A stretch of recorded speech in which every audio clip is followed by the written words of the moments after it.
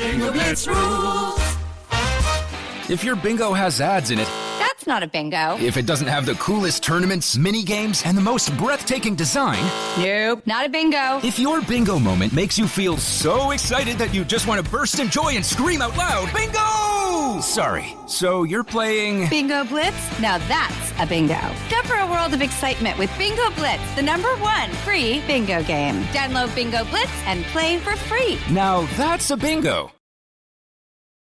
Is it time to reimagine your future? The right business skills may make a difference in your career. At Capella University, we offer a relevant education that's designed to focus on what you need to know in the business world.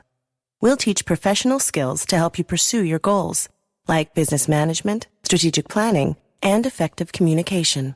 And you can apply these skills right away. A different future is closer than you think with Capella University. Learn more at capella.edu. Let's hang out. Let's hang out. And let's talk about what Leslie's about.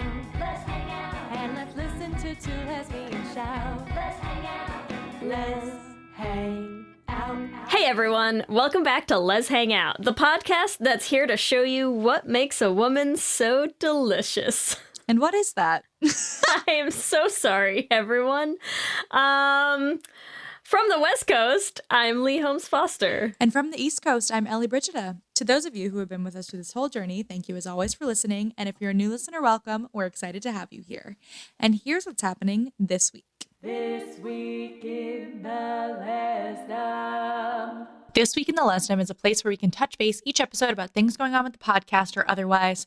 And we want to remind you that we do have a Patreon for The Flame. It's at patreon.com/theflamemusical. We have so many high goals for this musical. And so we want to thank everyone who contributed to our Pink Start. We do need more funds to do a virtual live table read, fly the cast out for a launch party, maybe do a season 2. I know we're thinking far ahead, but we really need support for those things. And in return for that support, you will get early access to the songs. So we already have 2 songs out for early access, one sung by Chelina Kennedy and one by Jesse Nowak. And I think you're going to love both of them. So you can check that out at patreon.com/theflamemusical. We also have our Haunting of Hill House and Bly Manor trivia. So it's going to be both combined. That's in April 22nd and April 25th. You can find that on our Eventbrite and our Facebook page. We will be attending Lexicon in 2 weekends. We will be hosting trivia on Friday and doing a flame panel on either Saturday or Sunday. We will keep you updated. We will also be attending the LGBTQ Families and Influencers Summit, which is May 22nd and 23rd through the Pride and Joy Foundation. We will have more information about that as well in the greater Les universe. We have some sad series finale news. Wynonna Earp will be having their series finale this week. It is quite bittersweet. We are so grateful for the entire Wynonna Earp team and the representation we've truly gotten with that show. We know that whatever projects they go on to, they always have support with us and with our family. So we just want to say a thank you. And our hearts go out to all of you who are enjoying the series finale. That's what's happening this week. Back to you, Ellie and Lee. Thanks, Ellie and Lee, and welcome everyone to episode 16 of season 4, our next installment of Lez-ssentials. Lez-ssentials is a recurring segment on the show where we dive into classic lesbian movies or TV shows. And as a reminder, we are also writing and recording an original song for each Lez-ssentials movie or show that we talk about, including for today's episode. We will have a song at the end. Stick around for it. It is called Losing Control. And you know lesbians love losing control, especially when they meet a woman, a straight woman. And for this Lez-ssentials, a matching soul to their soul. a twin flame. And for this Lez-ssentials, we are talking about the 2010 Nicole Kahn film, Elena, Undone. 2010. Good Lord. Yesterday, wasn't it? It was. I say 2010 because I feel like we have to discuss the significance of the film for the time that it was written and created. Oh, yeah. It's actually really important. It places itself so specifically in time, too, you know? Yes. So let's talk about the film. What is our IMDb synopsis? Oh, here we go. IMDb synopsis for Elena Undone is as follows. Fate brings two diversely different women together and sets them on a collision course that will shatter their preconceived notions about love, life, and the power of one's soul. Isn't that beautiful? Wow. Fate, souls, collisions. Love, life. I do just want to It's say... like the intro to the L Word. Yeah. Loving, loving, loving, loving. That's loving is what we all talk about. That's the part of the L Word theme song we all hook on to. But I do love, like, I say, like, okay, let's talk about how it's in 2010. Let's talk about, I also feel like there's a lot of themes in this film that we see repeated in other films. And one of the reasons that I wanted to do this movie as a Lez-ssentials rather than some other movies that talk about these themes, the themes being like coming out later in life or falling in love completely unexpectedly and you can't control it, like you're just viscerally in love with this person, is that I do feel like Elena Undone does this pretty well in the context of films that have this storyline. So I'm excited to talk about it. I know we'll talk about more of the themes later, but we're going to start with a quick plot recap. And when I say quick, we'll see how quickly we can. We say that a lot, right? I'll see how quickly we can do this. We can do this. So our film starts with telemetry. Telemetry. So what is telemetry, Lee? It is a science ? A study ? Of souls. An opinion of souls. Of souls. I'm interested. I'm like, quick plot recap, but let's talk. What do you think about this whole thing? So we start, right? We have telemetry, we have twin flames, we have the introduction of soulmates.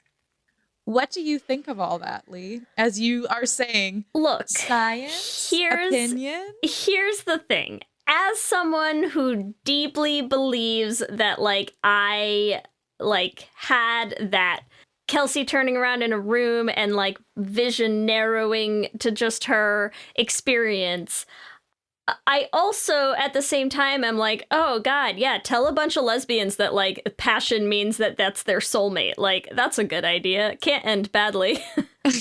Valid. Well, I think, too, you can have a twin flame and not have your twin flame be the person you end up with. Like, you know, because, like, I love all this romantic bullshit. But it's not bullshit. But I do, like, I love this shit. It's for me. I do love all of the idea of soulmates. I think for me, I'm like, you have multiple soulmates in your life and they serve different purposes. And so I think you still can say, okay, there's a twin flame who does ignite all of this passion inside of you. However, maybe that's not your healthiest long-term relationship. Are you my podcasting twin flame, Ellie? Yes, we are. In podcasting, one and one are one. Are one. One and one are Les one. No, but so we start with this whole thing of telemetry, and that is a big theme of the film. We're talking about what it means to find your twin flame, and I actually did listen to a little bit of the director's commentary, the director and writer, Nicole Kahn's commentary, and she really wanted to set this up in that way because she wanted the audience to, like, every time there's a new bullet point of, like, you know, we start with, your twin flame, you'll meet in an unexpected way. You'll feel familiar. All these other things, right, about the twin flame. She wanted the audience to hear that and also be sort of doing, like, a checklist of their own relationships, or have you met that twin flame? What would it feel like to see that? So I do think they do a pretty good job of introducing the general themes we're going through. Is telemetry something that was invented for the movie? Is it something that existed pre the movie? Does it say anything in the commentary? So I'm pretty sure that telemetry is a real thing. And it actually was a big reason that Nicole wrote this film. Because you know that this is based on a real story. Yes. Well, I know it's based on real things, and I wasn't sure like how much of it, because I'm assuming all of the little interim stories that they give you, like all the other couple stories, I was assuming those are like real couple stories and stuff. Yeah, so those are all real couple stories, and then the main story of Elena Is a real story. and Peyton is the story of Nicole and Marina, who is, I'm not sure if they're still together, so I don't want to, but it's the real life story of Nicole Kahn and Marina Rice Bader. Nicole talks about how she was getting over a divorce. So in the film, we get introduced to both of these characters, right? We get introduced to Elena and we get introduced to Peyton. Peyton is Nicole Kahn. And in real life, Nicole was getting over a divorce. That was what she was grieving, not the death of her mother. And Marina was married to a very religious, conservative man. He was not a pastor, but so like she upped the ante on some things. Yeah. But it's pretty much is their story, and Nicole truly does believe they are twin flames. Interesting. And, I mean, yeah. the concept of it I love, and because I think you're right that like I like the idea that like your twin flame does not necessarily mean it's the person that is the best person for you in a relationship, which I find interesting. But I also think that there is also something to be said for like, I mean, I think everyone has had that experience of just like meeting someone, whether it's romantic or not, where you just like feel like you've known each other. Yeah. Like feel comfortable and feel like, yeah. Oh, yeah. I think they You know? said it's everything feels new yet familiar. Yeah. And I love that.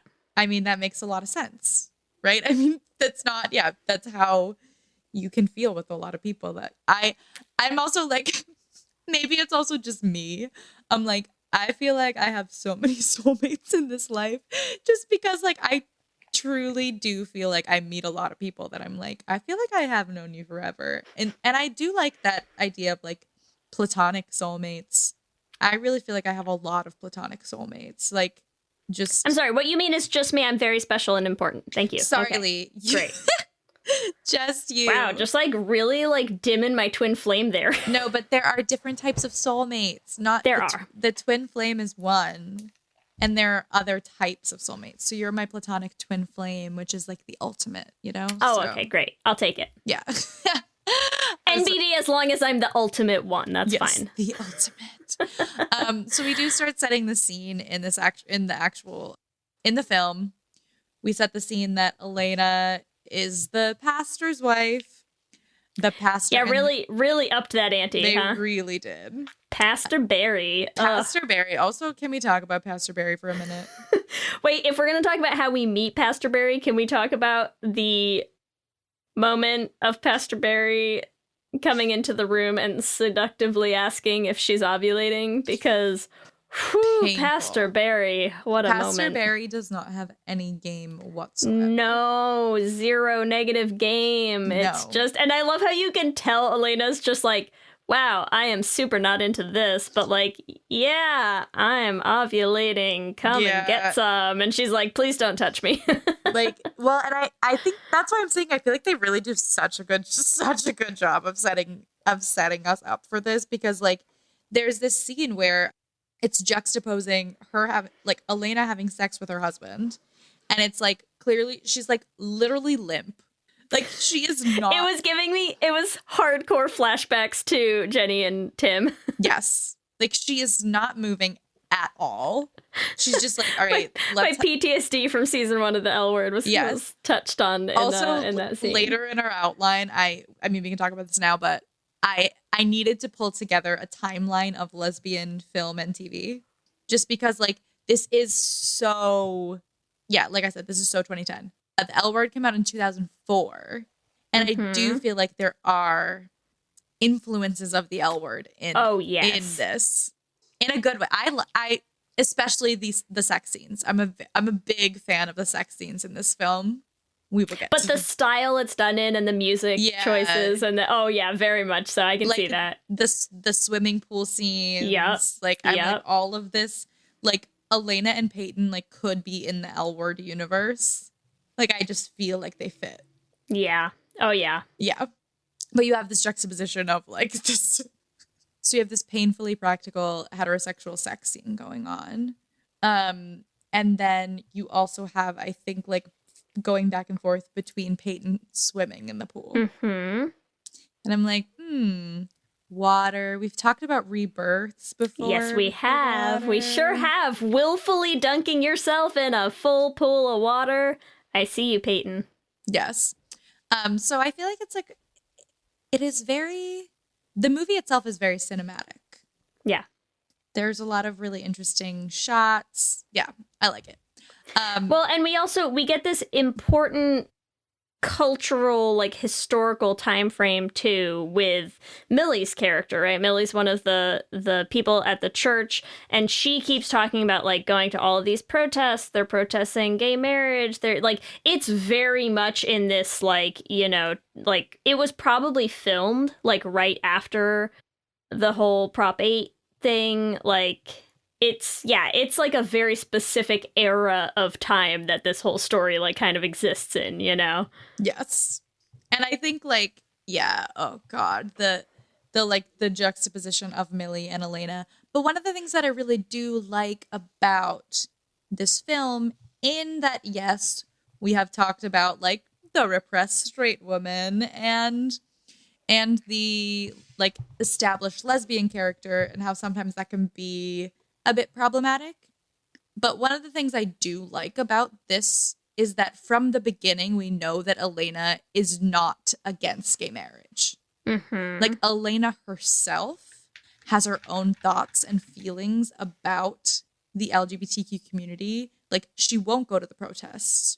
She will not participate in all of this anti-LGBTQ things. We even see there's this scene where they're at the party, and this is a little later in the synopsis, but it's painfully uncomfortable and also beautiful. God. When she's like, oh, I'm fine with it. I love gay people. I voted yes on Prop 8 or no, whichever one was the good one. That's what I did. The good one. I voted the right way. Yeah. Oof. What a conversation. And I mean, there's clearly some internalized, right? There's some internalized homophobia in Elena, which is clearly why she hasn't come out at this point in her life. But I do like at least that the homophobia is mostly external. Elena is not like a self-hating lesbian or queer person. Yeah.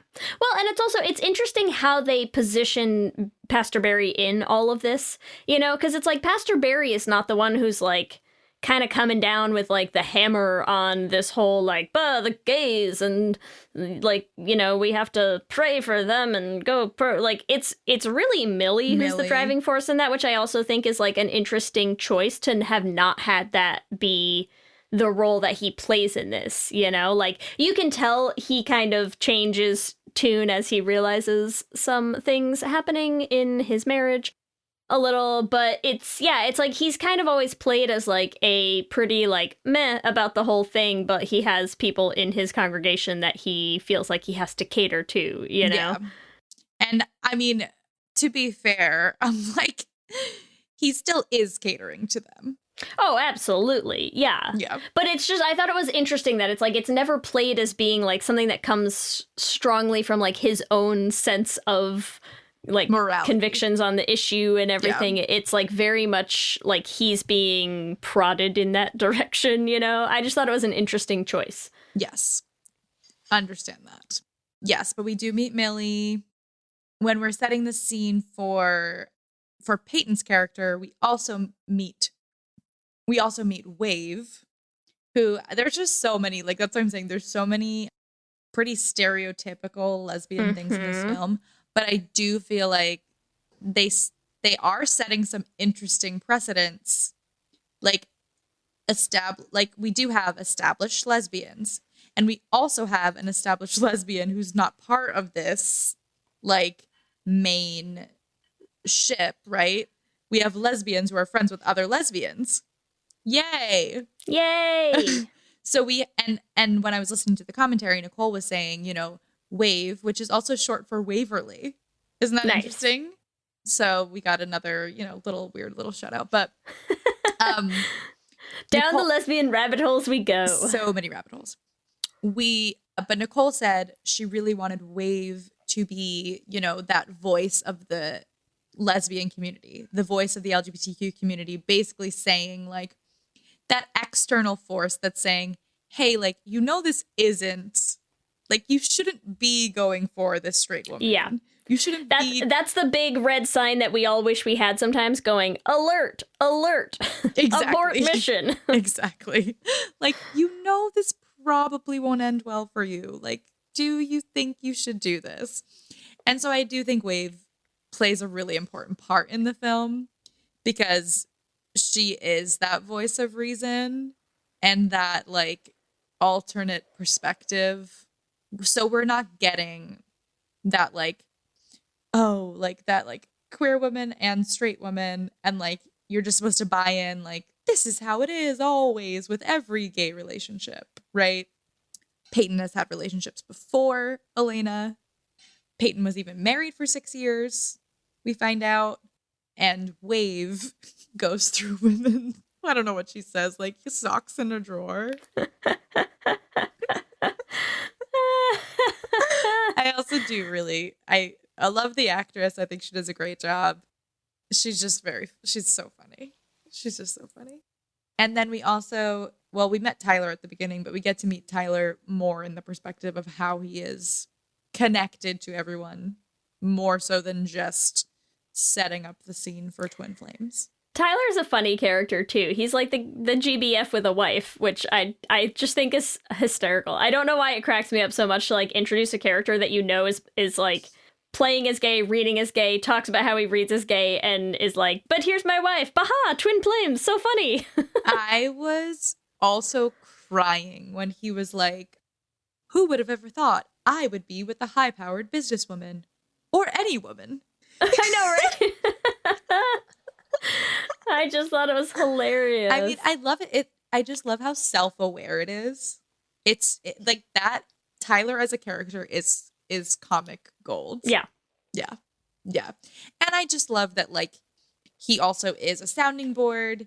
He's the person who believes so truly in true love. So he is the person who can be happy for Elena when she is obviously going through a lot of turmoil about being madly in love with Peyton, but also happy about it. It's like, I love how we're, you know, if we talk about Wave being the like abort kind of friend, I just love that they make Tyler be the kind of friend who's like, I know that you're married, but your husband is like a slice of stale toast on a hot summer day. Have you considered someone better? like literally. He is so into convincing her to like fall in love with anybody else. And I'm like, this is hilarious to me. He gives no shits about a ring on that finger. He is like, nope, just I feel someone coming into your life.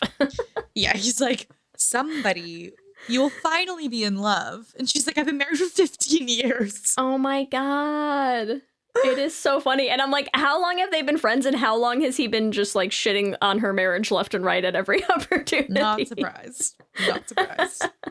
Oh my God. Yeah, so Tyler is a great character. Love him. So we've set up most of our characters. I think the other two characters that we haven't talked about yet are Tori and Nash. I love them. And I love them as well. I just love them. They're so sweet. And it is really nice that they sort of, I do like this concept that really runs through this film of the twin flames. And I know, Lee, like, you think it might be a little cheesy. That's okay. It is cheesy. But it's not that I'm not into the cheesiness. It's just that I know it. Yes, it's quite cheesy, but they do a good job of having a lot of different types of couples.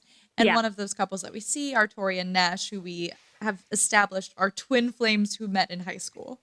And it's adorable. And they're so sweet. cute. And they really do, like, the acting in the film is one of, I think, its biggest strengths. Yeah. All of the actors have really great chemistry with each other.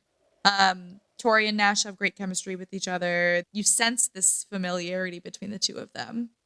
Well, and you sense this familiarity that, like, you buy their relationship, but they still read very much as high schoolers, which I kind of enjoy. You know, it's not like they try to cast them as, like, they're high schoolers who are wise beyond their years. Like, no, they're high schoolers who are teenagers who are just, like, in love, and it's adorable. And, like, are just very comfortable with each other, and I just like that about them. Plus, this is, like, a little completely, like, besides the point, but I also love that, like, Elena and Pastor Barry both seem to just have accepted that they're like, and this is your girlfriend who is, like, part of the family and, like, basically lives with them. With us. And, like, I don't know. They just seem, like, very chill about the whole situation, again, in a way that, like, I just think is a refreshing choice for, like, a pastor in a movie, you know, who's not being like, chastity, lock it down, don't touch girls, girls are the devil and sin, like, he's just kind of like, yeah. And then there's your girlfriend. I like it. I love it. It is. Tori herself is just an icon. And Tori is used to talk about this one thing that Nicole Kahn talks about. It's called sleep waking. And she talks about it in this way. What is it, a snail? How, like, snails are asleep for half of their lives. And she's like, imagine waking up one day and realizing you've been asleep for half your life. And you're like, oh, foreshadowing. But I think, like, it is such an interesting plot device to use Tori as, like, talking about the themes and stuff like that. But and I think, like, I mean, we've had episodes before talking about late bloomers, and, like, it does seem like it is that, like, waking up kind of thing. Like, you've been like, I know that we have talked about, you know, is that gonna have come out by the time this comes out? I think it comes out after this. It comes out right after this? Okay. And I think we have an episode coming up that Ellie and I have already recorded that's all about actually kind of digging into the trope of cheating on our husbands. That comes up here as well. But I do, you know, I mean, look, we're never going to rag on, like, the concept of late bloomers. Like, this is a real story. People come out like this, you know? Yeah. And I do think that it's a really well done version of that trope, you know? Yes. I do think it is very well done. Like, and I know we are going to have an episode about this, but after watching this film again, I was thinking a bit more about that because it still does, like, get to me in a grating way of the cheating, of course. Hear more of our thoughts in 2 weeks. Hear more of our thoughts in 2 weeks. However, it's the depth to which you see the relationship between Elena and Peyton feel real, feel developed before the cheating starts. I feel like there are a lot of other films where they're just like, I met this lesbian at a party once, and then we hooked up in the bathroom. Oh, wait, the L word. But, like, you know what I mean? Like, literally, it was like and of course, let's talk about Elena and Peyton meeting. Yes. Let's get into some of these two together, because I do love them. I love the actresses together in this movie. Like, the chemistry for these two actresses is some of the best I have seen in any film I have ever seen. I would really, like, go to bat for that. But yeah, I mean, we do see this attraction, this uncontrollable attraction between the two of them. They meet at the adoption center, where Peyton is trying to get approved to adopt as a single mom, and Elena is trying to see if they can adopt because she's having trouble conceiving. And with Pastor Barry. With Pastor Barry, because Pastor Barry. Yeah, of course. This was really interesting to me because Nicole also said this is exactly how they met, her and Marina. Awesome. At amazing. An adoption center. And it was because Nicole was looking to adopt another preemie baby. Her son was born prematurely. And so she had seen in the ICU all of these other babies who were born prematurely and didn't have homes to go to, and she really wanted. Okay, don't tell me that. I'm literally about to like drive to the hospital right now. I know. Just give me a baby. I will take the baby home. It's okay. I know. It is very sad. But I do like I love that that's how they meet, because like I said, it feels so real. It feels deeply emotional. These are two women who have a lot of love to give, who are very maternal, who care about having a family, and they meet because of their deep love for having a family, and they recognize something in each other, right? And it feels more intimate. It feels less tawdry, let's say. Yeah. Well, and you know what else is yeah. What else is interesting about it? Because they meet at the adoption center and then they sort of re-meet again at Tyler's telemetry event. What I think is interesting to me about both of those encounters, and again, which like, you know, I think you and I both are like super hardcore, like stan these actresses in this movie. I love them what I so like much. about it is what I find interesting, and what I think I can't think of a lot of other instances that do this well, is their dialogue is not overly smooth or familiar or whatever. Like the dialogue is written like two people who don't know each just other, met each other, yeah, who are meeting for the first time, and especially at the telemetry thing, who are having that super awkward discussion, being like, "I think gays are a-okay, haha." And it is awkward, right? Like the dialogue itself, like what is being said is that kind of weird sort of feeling each other out, stilted conversation that you have with someone that you're just meeting. But at the same time, they somehow manage to still sell an instant like familiarity and comfort and ease and chemistry with each other that like it's interesting. It's really interesting to watch that and to like contrast like the out loud parts with the like not out loud parts. Yes. They do really great with the not out loud parts. Yeah. Yeah. I know. We do stand these actresses. Their chemistry They're really good in this.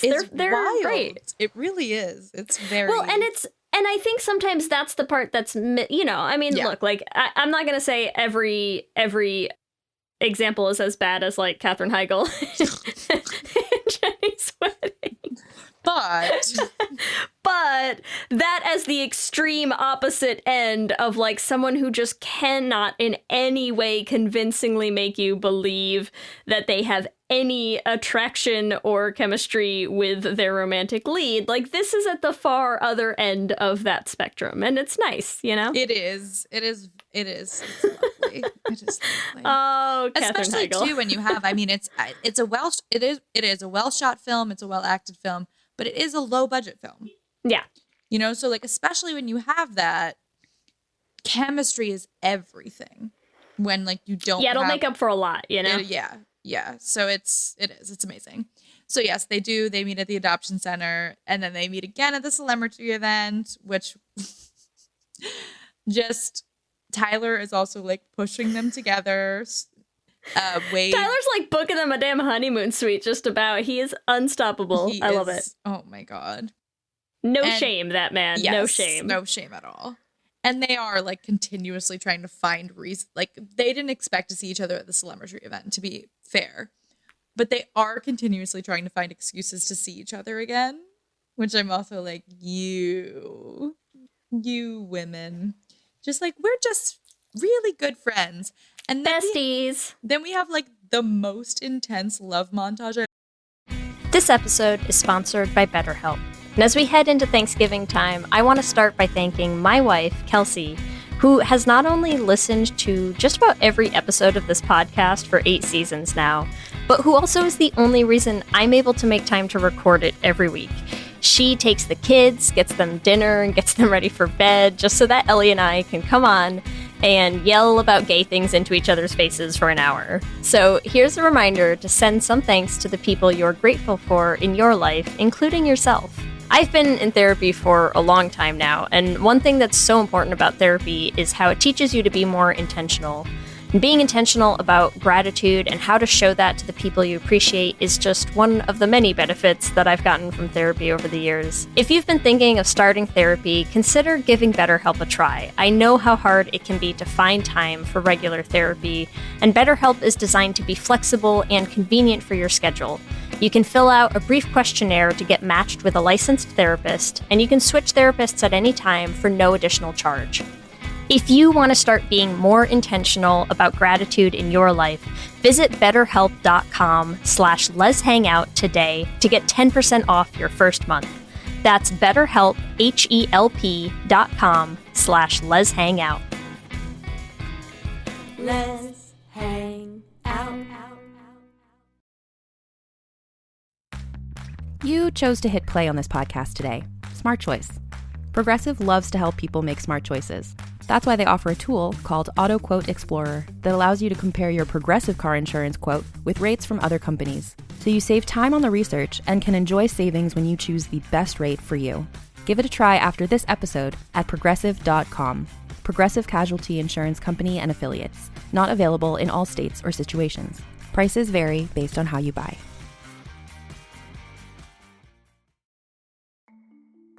For many businesses, the holiday season can be both an exciting and stressful time. With so many balls in the air, one thing you definitely want to know you can rely on is how you're selling your products. And with Shopify, you can rest easy knowing it's the home of the #1 checkout on the planet. Nobody does selling better than Shopify. And when it comes to successful brands like Aloe, Allbirds, or Skims, an often overlooked secret is all the things that go on behind the scenes that make selling and, for shoppers, buying simple. For millions of businesses, if you take a peek behind that curtain, you'll see that Shopify is what makes it all possible. Shop Pay boosts conversions up to 50%, so that's more happy customers and way more sales going. It's true all the time, but especially this time of year, your commerce platform better be ready to sell wherever your customers are scrolling or strolling, on the web, in your store, in their feed, and everywhere in between. Businesses that sell more sell on Shopify. Upgrade your business and get the same checkout we use for Realm merch with Shopify. Sign up for your $1 per month trial period at shopify.com/realm, all lowercase. Go to shopify.com/realm to upgrade your selling today. Shopify.com/realm.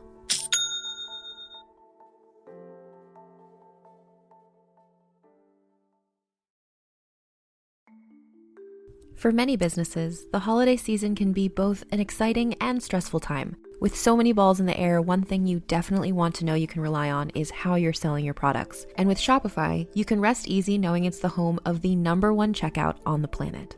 Nobody does selling better than Shopify. And when it comes to successful brands like Aloe, Allbirds, or Skims, an often overlooked secret is all the things that go on behind the scenes that make selling and, for shoppers, buying simple. For millions of businesses, if you take a peek behind that curtain, you'll see that Shopify is what makes it all possible. Shop Pay boosts conversions up to 50%, so that's more happy customers and way more sales going. It's true all the time, but especially this time of year, your commerce platform better be ready to sell wherever your customers are scrolling or strolling, on the web, in your store, in their feed, and everywhere in between. Businesses that sell more sell on Shopify. Upgrade your business and get the same checkout we use for Realm merch with Shopify. Sign up for your $1 per month trial period at shopify.com/realm, all lowercase. Go to shopify.com/realm to upgrade your selling today. Shopify.com/realm.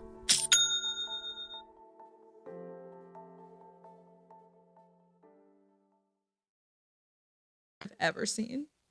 Here's the one thing that I will say about this movie that I still laugh about is I cannot for the life of me get any handle on how much time passes through any portion of this movie. Not a single clue. Like, as far as I know, this could all be like the fastest U-Haul in history, or she could have been cheating on her husband for like 8 months. Like, I have no idea because there's a lot of montage scenes that are hard to follow. Because, like, they have some of these montages where, like, the picnic is they all go out to a picnic with Peyton and, like, the kids are there and stuff, right? That scene wrecked me. I was like, the kids were there, right? Like, that is the thing where I'm like, you really are acting like this in front of your children, and I mean your son, but if you think this is normal, you think this is just a friend of yours, and you are and how pretty long much would it have to have been for you to feel like that's something that you could play off? You know, like, you can't bring your brand new bestie out with your whole family and be like, this is totally fine, this, you just like fit right in the mix. It's like, that's the kind of thing that I feel like you could get away with when it's like, we've been best friends for 6 months and everybody knows her, and I like, that's why I think the timing of it all, I have no real handle on. I don't either, to be honest, so we'll never know. If you have thoughts, let us know, tweet at us, and tell us how long you think this movie takes place over. Send us the timeline. Great. We need to know. But yeah, the picnic scene is a lot. They are touching. They are like just constantly. There's so much gaze. That smoldering eye contact. So much eye contact. Yeah. That's why I'm like, this is like the blueprint for every like lesbian longing film after this. But like, they did it so well. Speaking of the eye contact, can we talk about their photo shoot? The photo shoot is so intense. So yes, let's talk about the photo shoot. This is like the precursor to the painting scenes in Portrait of a Lady on Fire, right? Yes.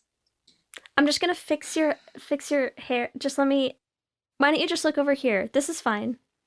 Well, actually, wait, it's like super close to that scene.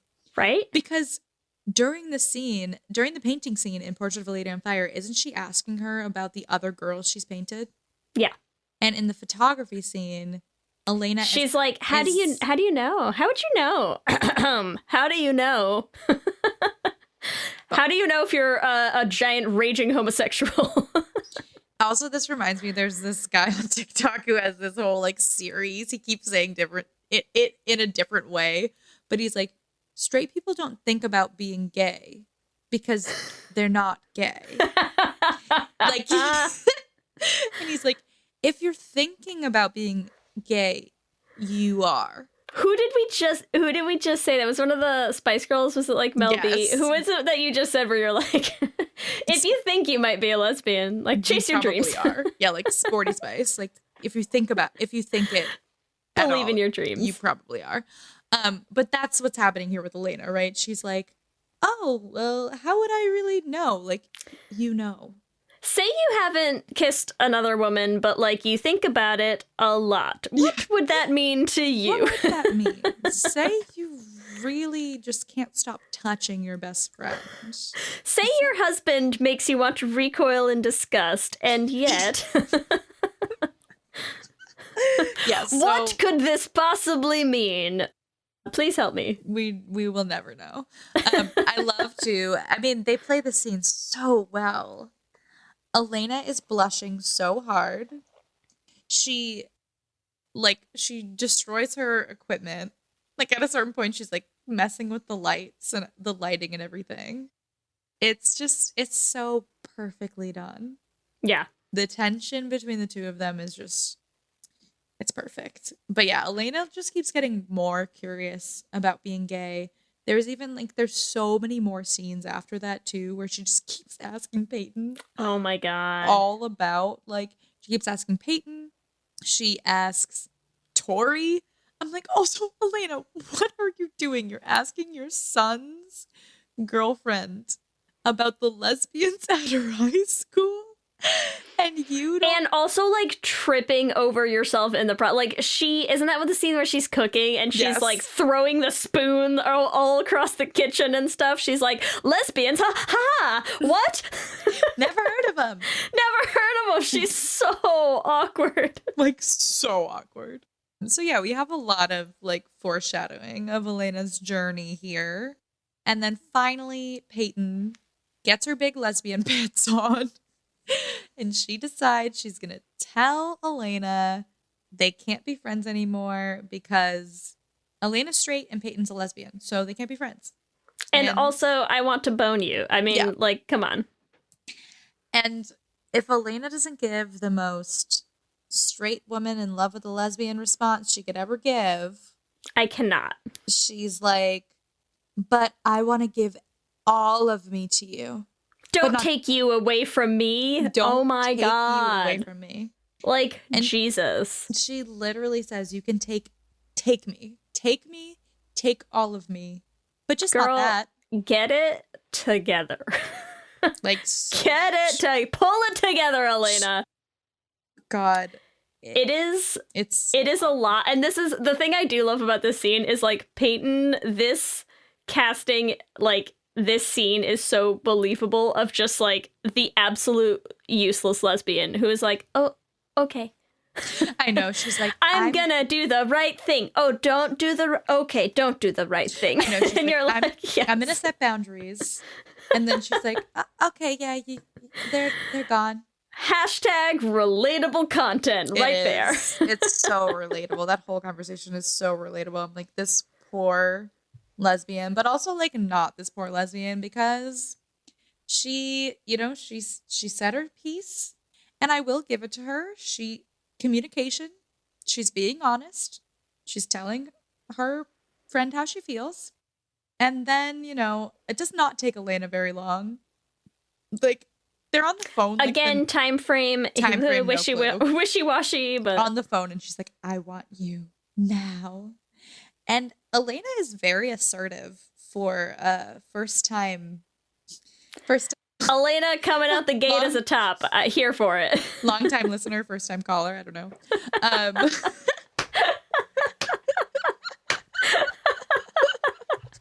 That is like literally what Elena is. She's like, I've been. Can we please make a shirt that just says that with no context? And she's like, I've been. Why is that so funny to me? Because it's literally what she is. She's been like planning. She's been planning and plotting this for like however long she's known Peyton. In this, we don't know, in this weird time frame. But yeah, she's very assertive. She comes in and she knows what she wants and she just goes for it. And she's clearly been thinking about it a lot, because she's like, you taste exactly how I thought you would. I mean, listen. Listen, that is something else, man. To come in with your, like, up against the wall in the husky voice and drop that bomb, like, Jesus, woman. It is good. I will stand by the intimacy scenes in this film. I will stand by it too. This is a well done sex scene. This is good. It's a great scene. It is so good. It is a great scene that, like, it is still dated in that way that, like, absolutely it harkens back to the L word, the style, the music, the everything. Yeah. The outfits themselves place it in a time frame as well. We haven't even talked about the outfits. The freaking flannel vest. the sleeveless flannel over the tight tank top with the bootcut jeans. I mean, look, this is an era unto itself, okay? Like, it is what it is. This is the length. It's a classic look. A classic look. The length of time it took her to pull together that outfit as well. Yeah. Oh yeah. But that's when she told her she had feelings for her. I don't think that's the outfit she's wearing right now. Oh no, it's probably not. It's one, but still. But she wears a lot of tight tank tops in this movie. The jeans are 2010. Oh yeah, very much so. The jeans, the belt buckle. Yeah. Yep. It is. This is a vintage classic look these days. Like, it wasn't at the time, but it is now. It really is. And but but the outfits aside, the staging, the choreography, the physicality, I'm here for it. I'm really into it. I will say too, it was interesting. This is like a continuity thing. Okay, so is this first makeout scene a sex scene? Because there's two things. So we have the scene, it's pretty much all of them making out. Also, fun fact, this scene in 2010 became the longest kissing scene in film history. Wow. And incredible. They did it on purpose. Like, they literally Googled, or I don't know what the longest one was. What was the longest kiss scene? And they were like, we're going to do Wow. Along. Imagine being those actresses and getting told that. Yeah. And to be fair, An honor. It is long. I did notice that. But first of all, in the era of that we are in right now, that has left me rather unsatisfied when I'm watching queer sex scenes where it's like, we kiss for 2 minutes is not right. We kiss for 15 seconds and it's a blackout and we wake up naked the next morning. And I'm like, where's the scene? This is pretty freaking good. And that's if you even get the kiss on screen, you know. True. Oh my God. A lot of times it's just like, I'm gonna soulfully gaze at you as we walk towards the bed and then you fade to black. I mean, yeah. I can't. But so there's this scene where you mostly just see them make out. Then you have a scene later where Elena says, "Make love to me, Peyton." And that scene, it seems as though Peyton is saying to her, she says, if we go there, there's no going back. So I think the first scene that we see is just them making out. But is that like a different day? I think it's a different day. Oh, is it? Okay. Maybe I don't remember. I'm pretty sure it's a different day because they're going over some photos or something. Again, this is what I'm saying is like the whole time frame of how long this affair lasts, very vague to me. Yeah, it is quite vague. So I'm pretty sure then this scene we get where, you know, we have nakedness, we have lots of touching, lots of slow admiring of each other's bodies. Elena comes out swinging again. Yes. No, well there's 3 sex scenes. Sorry, I'm getting them all confused. Yes, I just watched it today, which is why I know it's fresher in your mind. You're doing better than I am. I really have those sex scenes in my brain. Do not. I was like, I watched it today. We rewound a couple times. It's fine. Yes, I watched it today, and I watched those sex scenes many, many times. The first scene is them making out, where they're going like on the different couches. Yes. Yeah. The second scene is where she's like, "Make love to me, Peyton," and we get this like very dramatic, dark, naked scene. Lots of touching, like it's very artistic. Is that the "I don't want to go back" scene? That's the "I don't want to go back" Okay, scene. yeah. This they're clarifying in my mind again. And then the third big sex scene is when Elena really takes control. Boy, does she! And she goes down on Peyton, and we get to experience that from Peyton's perspective. And that scene is. Like I'm saying, there's a lot of stuff that I feel like this film set a precedent for. Yeah. Like, I think about the sex scene from Black Swan. Like, is very, I think, similar to this, like, to this scene where you really see it from the perspective of the person who's receiving the pleasure. Well, and it's just, there's also something about all of their scenes together, I think, that just... I mean, they, like, you know, I know we joke about hashtag relatable content, but, like, they resonate, I think, with queer audiences. Like, they feel very real, convincing, believable. Like, you know, I mean, we've all seen things where you're like, I'm here for it because it's gay, but, like, that's not how... it goes. Like, it's fun. It's fine. It's fine. It's fine. It goes that way for other people, but it definitely doesn't go that way for me. So I think just in terms of like a broadly general, like you know, I mean, look, fine. You have your what's the one where she baby birds her? What's that movie? I knew you were gonna bring up before you even said it, I knew you were gonna bring up baby birding. Of course I am. And it is disobedience. Disobedience. Because look, here's the thing. It's like, yes, we're here for it, and they also had great chemistry and whatever. And I'm not gonna say that like nobody does that, and if that's your thing, like we're not here to yuck your yum or whatever, but I just feel like as a thing to pick to be like, this will be relatable for all the lesbians, you're like, that's what you went with? That's what you like picked? Is that what you think we all do? Or like I don't understand. I mean, there's many. That's the thing. That's why there's the 3 sex scenes, and I feel like all of them are different and all of them show different types of intimacy between these 2 women, and all of them feel relatable. Yep. Like that, yeah, the intense couch makeout. There's like, I know I'm like so dramatically about these sex scenes, but I truly stand by them. I think they're very well done. There's like you have Peyton on top and she's like thrusting her hips and you're just like, oh, hell yes. Like, this is just like, it's a super lengthy makeout scene. But Yeah. like every part of, and that's why I'm saying like, I'm like, I don't know if it's like a sex scene, because then later we hear, like I said, we hear that like make love to me. It seems like it's the first time. And maybe it is the first time they're like very like fully naked and intimate with each other. But there's another scene even later that's a flashback to the couch scene where I'm pretty sure there's like unbuttoning of the pants and the belt buckle. And either, Which could mean sex or could not. Again, who knows? Like, I'm not quite sure. But yeah, so either way, it's like it's an intense makeout scene. And I would consider that like a very sexual, sensual scene. So we'll call it one of their sex scenes. But who knows, like the details of what happened off camera. But yeah. Who knows what went where? That's what we're saying. Those sex scenes, honestly, were just so good. Also, the timing for that sex scene, because I wrote it down. The first one, that's the longest kissing scene. 3 minutes and 24 seconds. Wow. That is impressive, actually. Yeah. So, very impressed by that. Well done. Well done, ladies.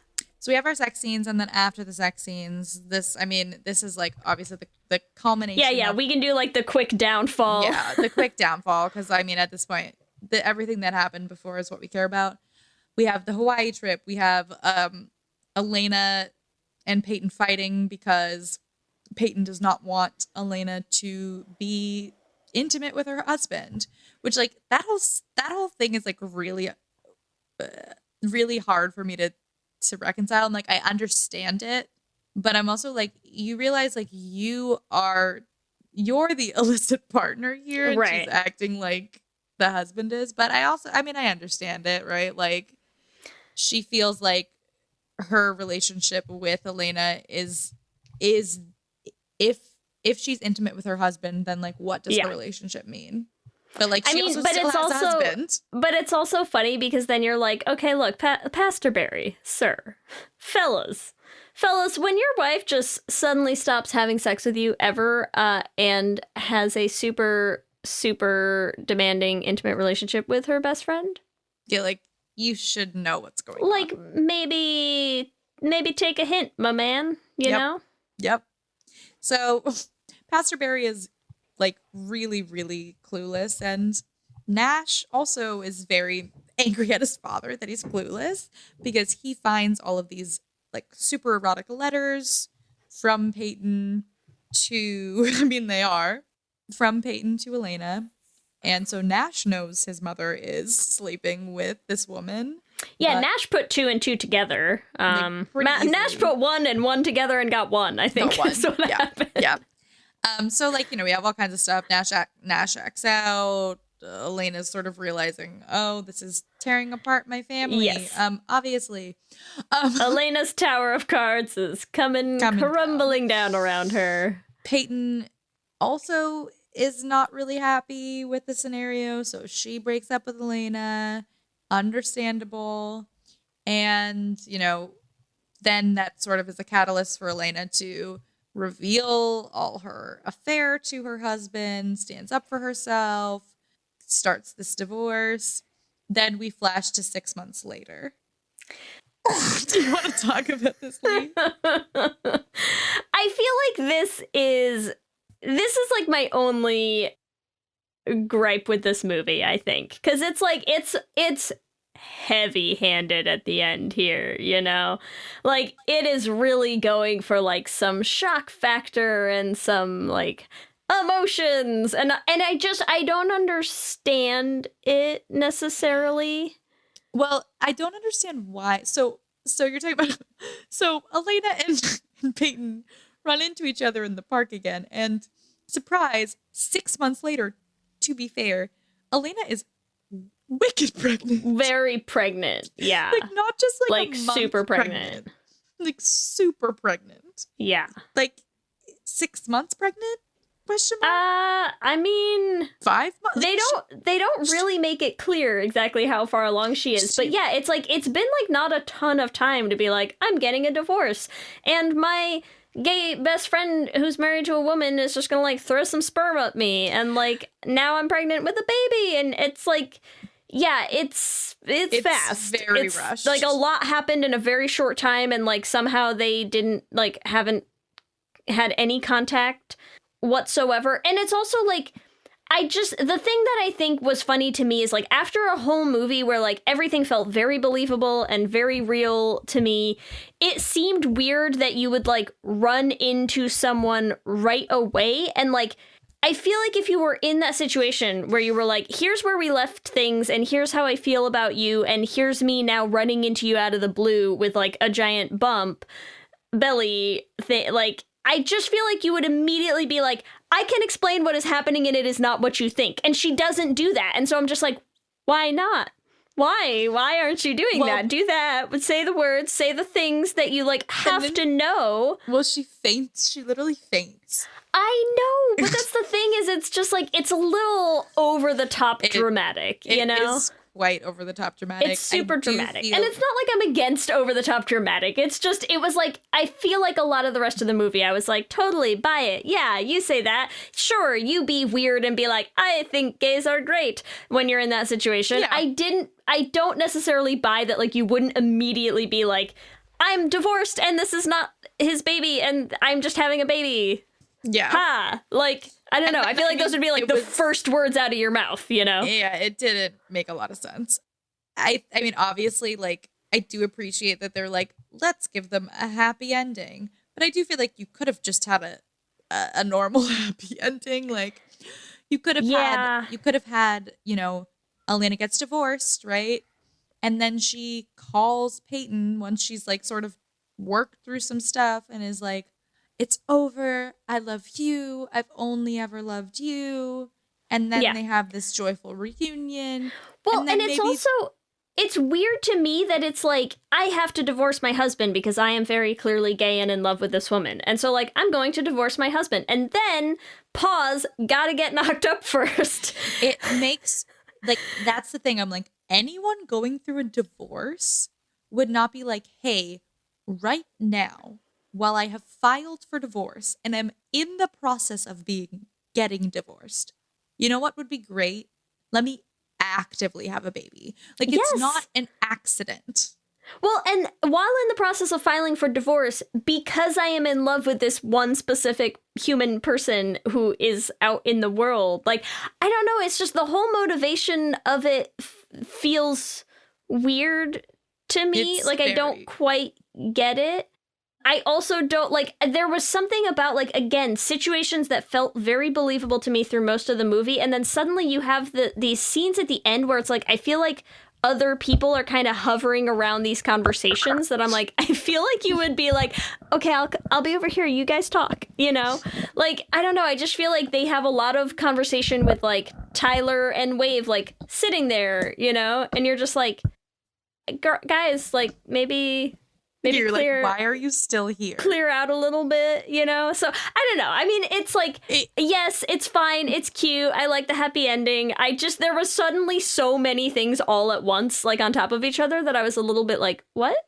It wrapped up very strangely. Like, I was screaming when I saw her pregnant. I was like, this is not right. Also, just more examples of film setting unrealistic expectations for, like, how quickly you get pregnant once you start trying. Just throwing that out there. It's fine. Yeah, it didn't. It was... and that takes a couple tries on average, okay? Yeah, it's not one and done. Yeah, but I mean, besides the fact that was so freaking weird, we do have, you know, a nice happy ending, which always appreciate. You know, they're together, they're in love, they've communicated through some stuff, and, you know, from the beginning, they both wanted to have a child, and now they do have a child that they're raising together, and that is very sweet. But I also am like, you could have, like, not had that weird pregnancy thing, and you could have just, because Peyton just got approved for adoption as well.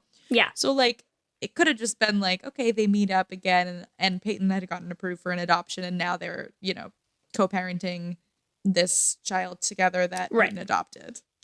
Well, and it's like, me, ever the practical person, because I'm like, immediately, like, my thoughts were going in so many directions. And I'm like, wait a minute. So, like, you're having this baby that Tyler is the father. Like, is Peyton okay with that? Like, you're in love with this woman. You didn't want to, like, have any conversation with her about, like, starting a family. How would you want to do that? Who would be a donor? Are you comfortable having a known donor? Like, any of that stuff. Similarly, what happens with Peyton's adoption now? Because, like, what are you going to do if you move in together? Like, that affects your adoption thing? Like, you can't, like, entering into a wildly new relationship is going to affect your ability to adopt, like, especially if you have another kid on the way. I'm just like, is that all getting put on hold? Is she okay with that? Like, it just sort of made this big mess at the end of the movie that I was like, wait a minute, I have a lot of we're going to need some binders, okay? Yes. I need some binders and some color-coded tabs for us to, like, organize everything together in here, because, like, this is not all actually that easy. Like, there's a lot of questions to talk about.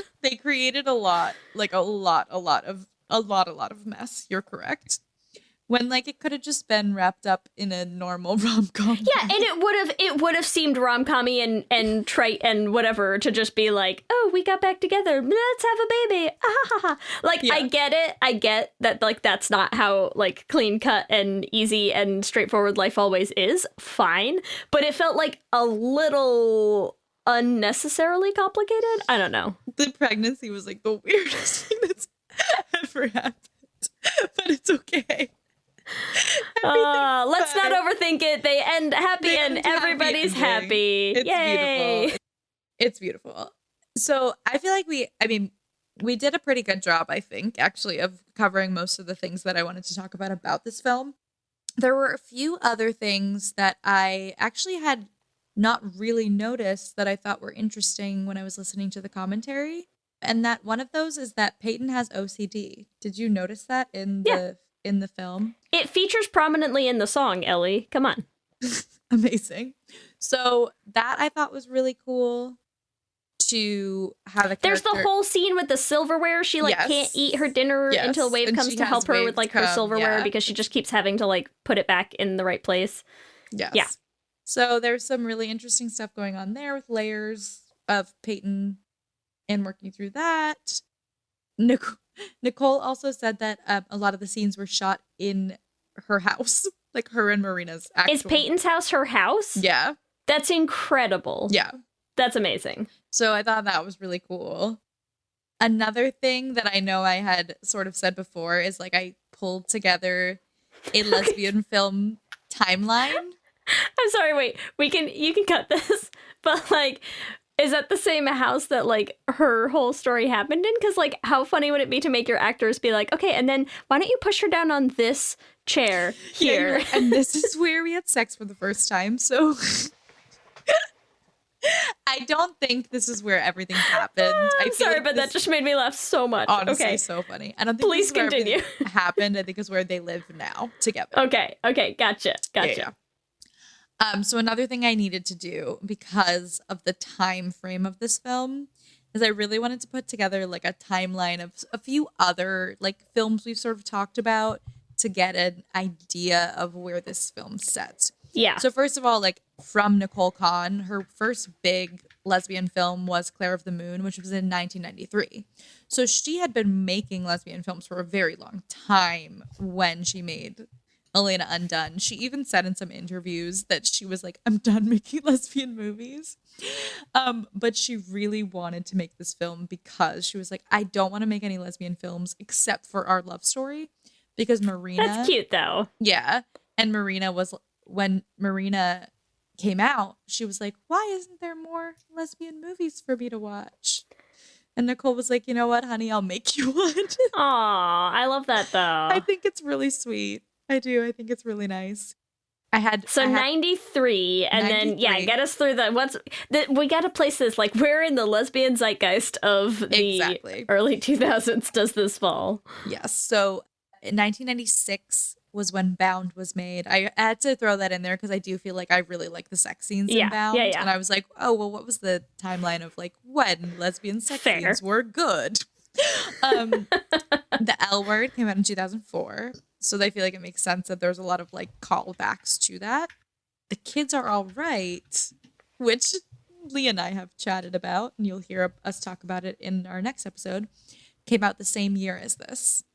Wow, that was 2010 too? 2010. Oh, wow. There is a world of difference, huh? There's a lot of difference, right, between this like more mainstream film and this low budget lesbian film that's like made by and for lesbians. So I find that really fascinating. And then Blue is the Warmest Color came out in 2013, and I put that on because there was a very long sex scene. Indeed. In Blue is the Warmest Color. I'm not sure if it beat the record. I would have to research that. But that was in 2013. And I do feel like there are some hints of Elena Undone. To be fair, I actually really don't like the sex scene in Blue is the Warmest Color. My own personal preference. Sorry, anyone who loves it.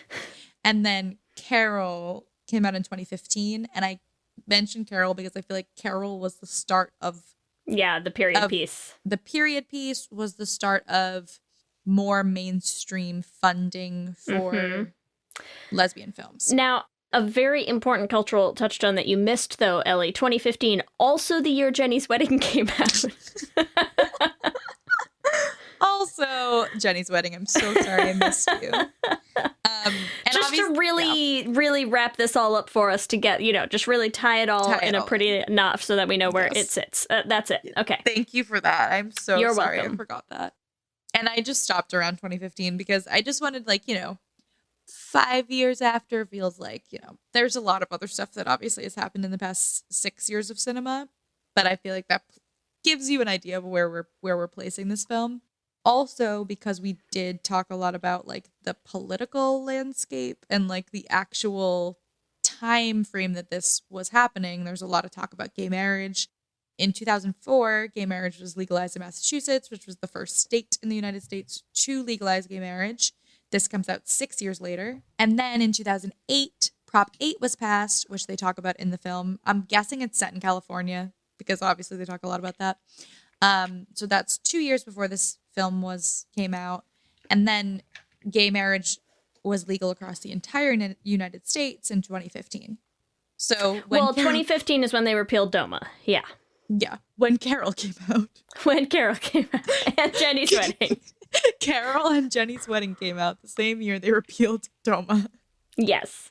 DOMA, which was passed in way back in 96 or something. So DOMA was passed a while back, and then that's what was repealed in 2015. Yes. So that's our timeline. And that's when we all didn't have to do the clusterfuck of our taxes anymore. It was a tremendous year.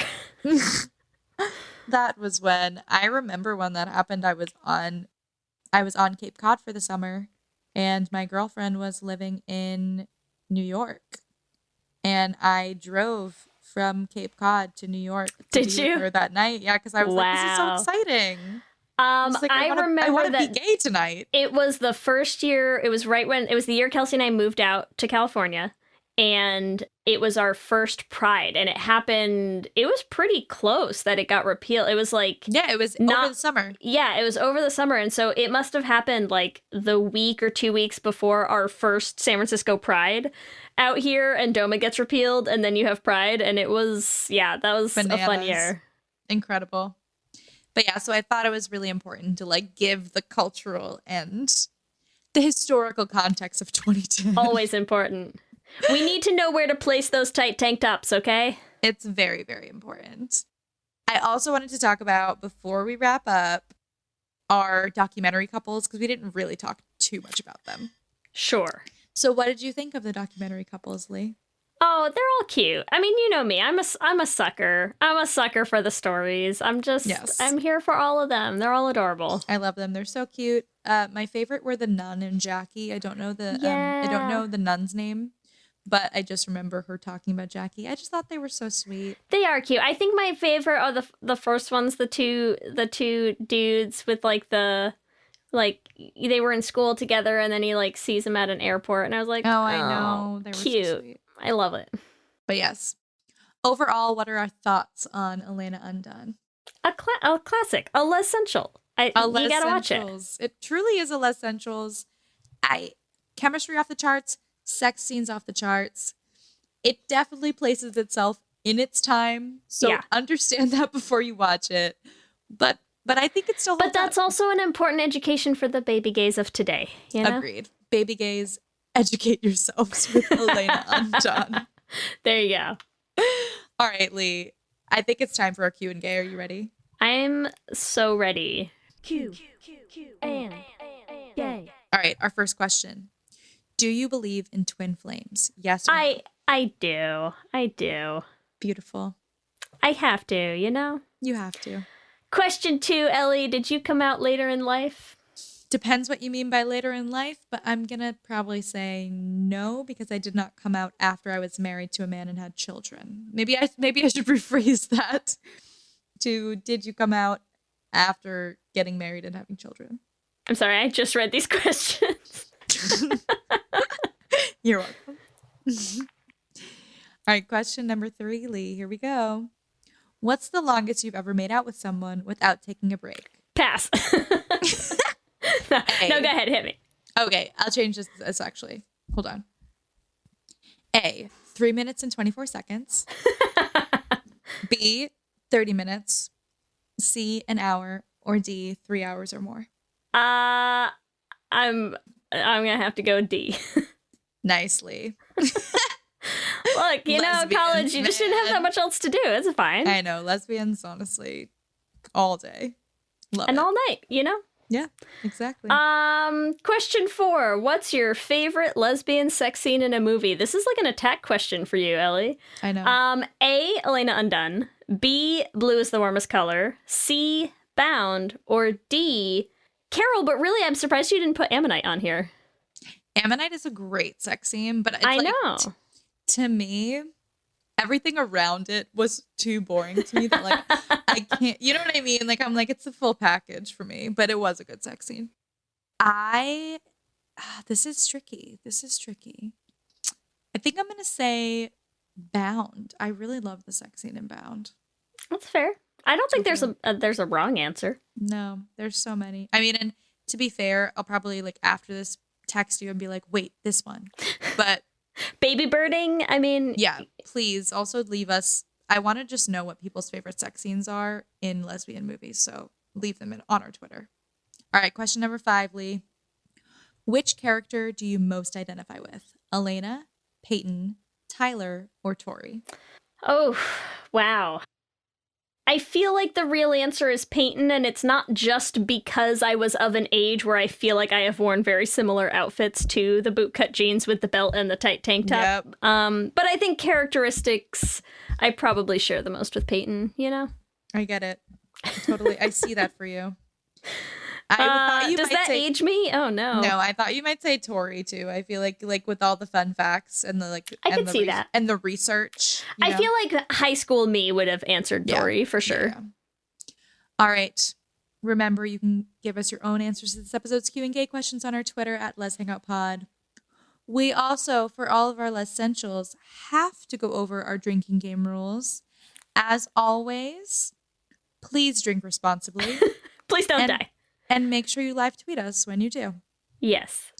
All right, are you ready, Lee? I am so ready for these. Here are our drinking game rules. I'm very excited about these ones. Rule number 1.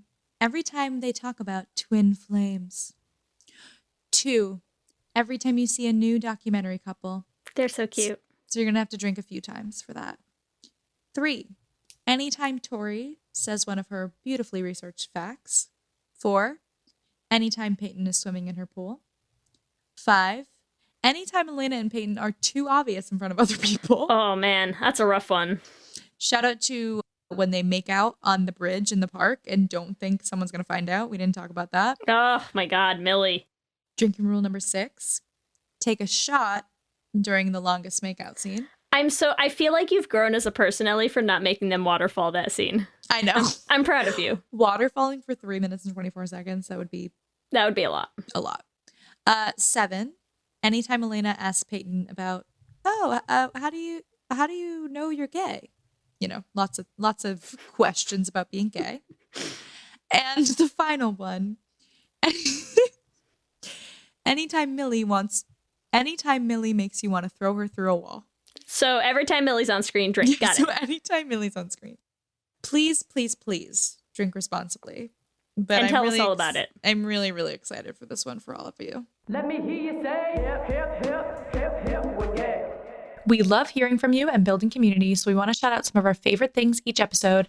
And I would like to personally shout out Raven, who sent us a lovely email as a baby gay who has discovered the podcast and said that they felt very, very seen by our Tangled Up in You episode with Lauren Duca. So thank you so much for reaching out, Raven. We always love hearing from you, and we're so happy that you're out and happier than ever. That makes us very happy. We also want to thank our Lesbian Jesus patrons who have been with us some of these people have been with us for a very long time. So thank you all.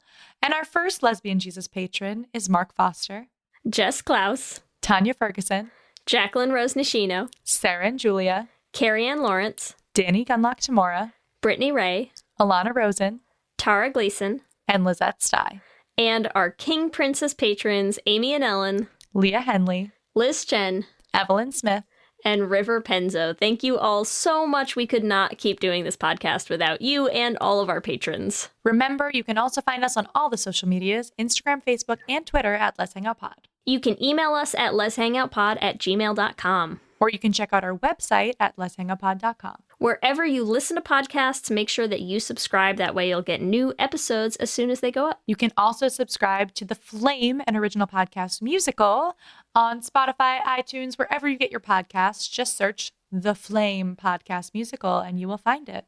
We also still have videos going up on our YouTube channel. Make sure that you subscribe at youtube.com/letshangoutpod to catch those. If you want to support the podcast, you can rate and review us on iTunes. It helps other people find the podcast, and we love hearing what you have to say. If you want to support us financially, you can join our Patreon. You get access to all sorts of cool stuff like that Discord channel or our watch parties or game nights, all sorts of fun stuff, and we have a blast. You can find it at bit.ly/lespatreon.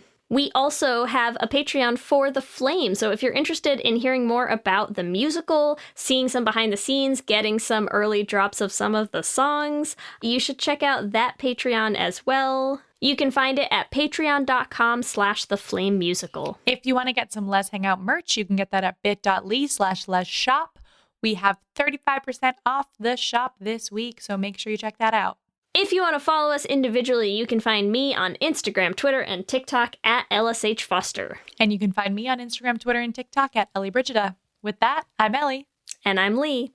And let's hang out again soon. Let's hang out.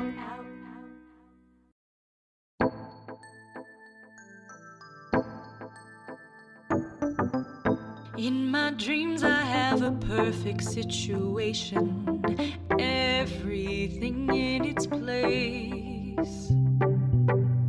All the stars are in their perfect constellations, burning up in space, keeping me going in the right direction, helping me see beyond the imperfections. I'm losing control, and I can't say no. Reaching for the surface and I'm burning inside, haunted by the secret that I'm trying to hide. I'm losing control.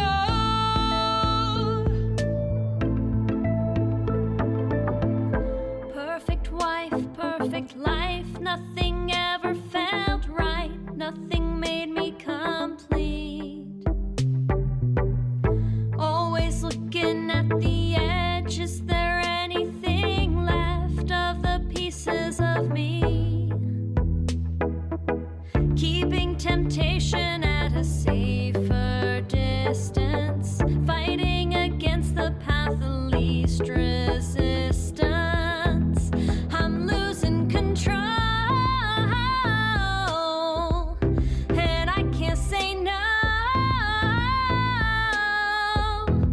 Reaching for the surface and I'm burning inside, haunted by the secret that I'm trying to hide. I'm losing control.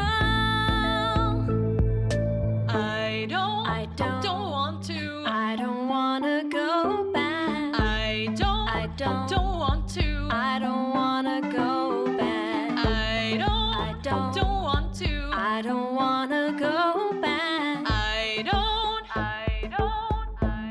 I'm losing control. I don't want to go back. I don't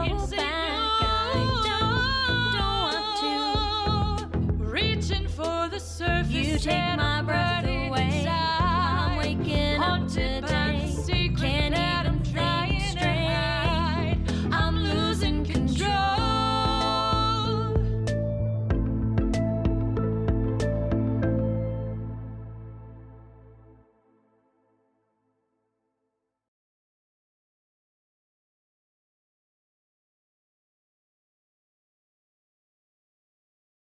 What's up, everyone? It's Noah Daniels. Hey, y'all, I'm JJ. Hey guys, it's Kat. And we're your hosts of the Real Hauntings podcast, where we bring on guests to share their first-hand encounter ghost stories and supernatural experiences. Now on to the trailer. I've been warned to not tell this story, but I think because of the way it ends, it's okay to tell this story, because some people say that with certain entities, to like speak of them or talk about them or in any way like portray them as powerful will attract them to other people. The creepiest thing about it to me is a lot of times it would wait for me to notice it. Like it would just lay its arm out like this, and then I'd be like, where is it? Where is it? And then I'd see it, and then it would just slither back. For more information on the Real Hauntings, Real Ghost Stories podcast, make sure you check out real.fm to learn more about our podcast and many other amazing podcasts.